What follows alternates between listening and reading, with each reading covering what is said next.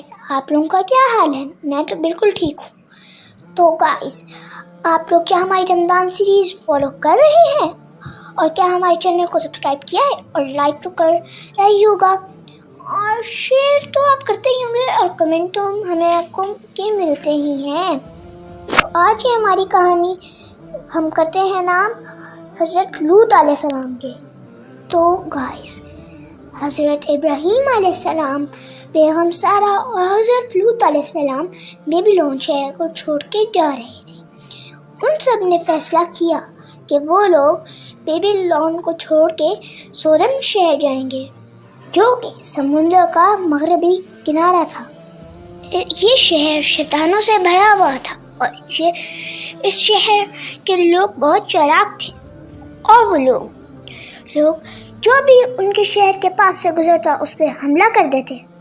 ये लोग बहुत शैतान हो चुके थे, और अब तो गुनाह उरूज पे थे, हर वक्त गुनाह ही गुनाह। लोग एक दूसरे से पैसे ले रहे थे और देते भी नहीं थे, अमानतदार भी नहीं रह चुके थे अब तो ये लोग। तो अल्लाह ताला ने हमारे पैगंबर लूत अलैहिस्सलाम को सोदम शहर भी हज़रत लूत अलैहिस्सलाम ने इनको समझाया, तो इनको जवाब में मार मिली, और इनको बोला, अगर ऐसा तुम बार बार बोलते रहे तो तुम्हें इस शहर से निकाल दिया जाएगा। हज़रत लूत अलैहिस्सलाम बहुत गमज़दा उदास थे इनके रवैये से, और आज तक तो इनके गुनाहों का सबको पता चल चुका था, लेकिन वो तब भी ये चीज़ें बताते रहे, और उनके घर वालों ने उनकी बात को मान तो लिया, लेकिन असल में उन्होंने माना नहीं था। वो बहुत गुस्से में थे और इनको इग्नोर कर रहे थे, और हत्ता तक के हज़रत लूत अलैहिस्सलाम की बेगम ने भी अभी तक कबूल नहीं किया था। बहुत कम ही लोगों ने उनकी बात मानी थी, और वो घर और बाहर नाकाबिले बर्दाश्त ही रह रहे थे। उनकी ज़िंदगी अज़ाब ही बन गई, और उनको काफ़ी ख़तरनाक मुश्किलों का सामना करना पड़ा। लेकिन हज़रत लूत अलैहिस्सलाम ने हार ना मानी, और अल्लाह की राह पे चलते रहे, और कभी भी मायूस ना हुए। अभी भी उन्होंने हार ना मानी और समझा रहे थे, लेकिन कोई भी उनकी बात सुनना तो नहीं चाह रहा था। फिर उनमें से एक ने कहा कि अगर तुम ये कहते हो कि अल्लाह है, अल्लाह तुम्हें सज़ा देगा, अल्लाह की राह पे चलो, तो फिर अल्लाह को कहो हमें सज़ा दे। काफ़ी बरस गुजर गए, लेकिन अभी भी वो लोग नहीं मानते थे, और हज़रत लूत अलैहिस्सलाम हार मान बैठे थे। लेकिन अल्लाह ताला ने फरिश्ते भेजे सोदोम के लोगों को सज़ा देने के लिए। फरिश्तों ने इंसानों की शक्ल इख्तियार की, और वो हज़रत इब्राहीम अलैहिस्सलाम के घर गए।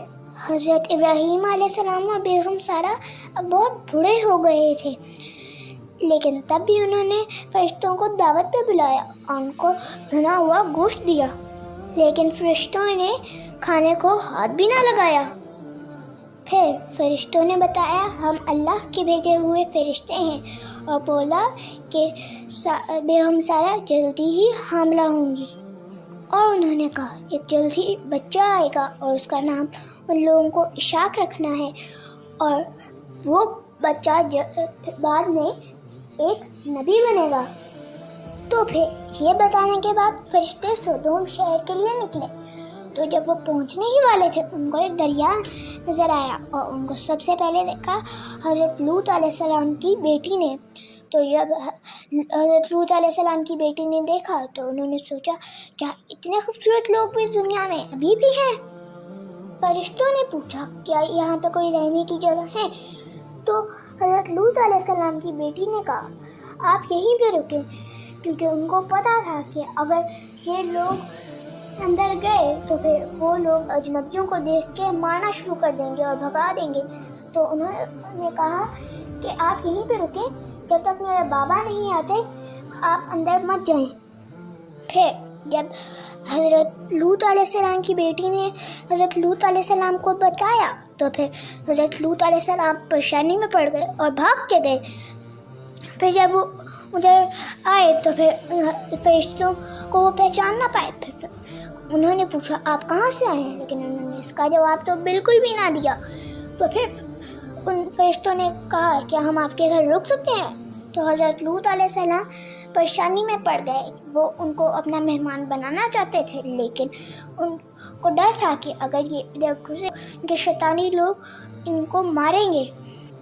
پھر حضرت لوط علیہ السلام نے ان کو کہا ٹھیک ہے، لیکن آپ لوگ رات تک ادھر ہی رکیں، میں آپ کو رات کو اندر لے کے جاؤں.